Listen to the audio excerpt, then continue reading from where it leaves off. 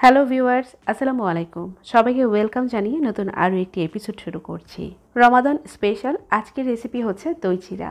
যারা কিনা সারাদিন রোজা রাখার পর ইফতারিতে ভাজা পোড়া খেতে পারেন না কিংবা পেটটাকে একদম ঠান্ডা রাখতে চান, তারা হেলদি এই ইফতার আইটেমটাকে খুব সহজেই তৈরি করে নিতে পারেন।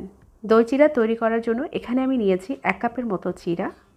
আর চিড়ার মধ্যে কিন্তু নানা রকম ময়লা বা ধানের খোসা থেকে যায়, এই কারণে আমি চিড়াগুলোকে একটু ধুয়ে নিচ্ছি। পানি দিয়ে এইভাবে আমি ওপর থেকে হালকা একটু কচলে কচলে ধুয়ে নেব, যতক্ষণ না চিড়া থেকে পরিষ্কার পানি বের হয়। প্রায় 5-6 বারের মতো ধুয়ে নেব। আর এর থেকে যখন পরিষ্কার পানি বের হয়ে আসবে, তখন আমি একটা স্ট্রেনারে রেখে দেব এর বাড়তি পানিটা ঝরে যাওয়ার জন্য। এবার একটা বড় মিক্সিং বোলের মধ্যে নিয়ে নিয়েছি মিষ্টি দই। এখানে প্রায় আমি 1.5 কাপের মতো মিষ্টি দই নিয়েছি। এখানে আমি 1 কাপ চিড়ার জন্য 1.5 কাপের মতো মিষ্টি দই নিয়েছি। এবার এখানে আমি 3 টেবিল চামচের মতো গুঁড়া দুধ দিয়ে দিচ্ছি। আর গুঁড়া দুধটা অবশ্যই দেওয়ার চেষ্টা করবেন, এতে করে টেস্টটা কিন্তু ভালো আসে। এবার একটা হুইক্সের সাহায্যে মিষ্টি দই আর গুঁড়া দুধটাকে ভালোভাবে ফেটিয়ে নিচ্ছি। দইটা ভালোভাবে ফেটানো হয়ে গেলে এবার আমি এতে অ্যাড করে দেব সেই ধুয়ে রাখা শুকনো চিড়াগুলো। একটু লক্ষ্য করলে দেখবেন যে চিড়াগুলোর মধ্যে কোনো ধরনের পানি নাই, একেবারে শুকনো ঝরঝরে।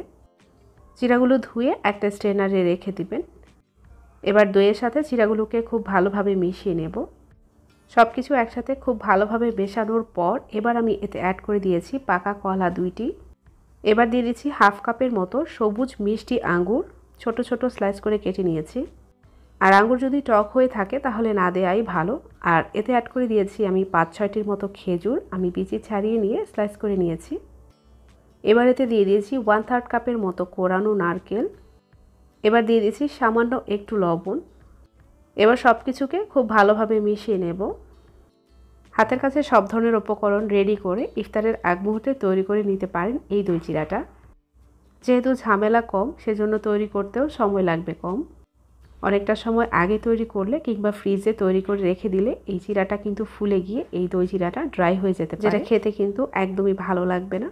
সারাদিন রোজা রাখার পর ইফতারিতে ভাজা পোড়া না খেয়ে এমন একটা হেলদি ডেজার্ট কিন্তু আপনারা খেতে পারেন। আর এই রমাদানে আপনারা একবার হলেও ট্রাই করে দেখতে পারেন, আশা করছি ভালো লাগবে।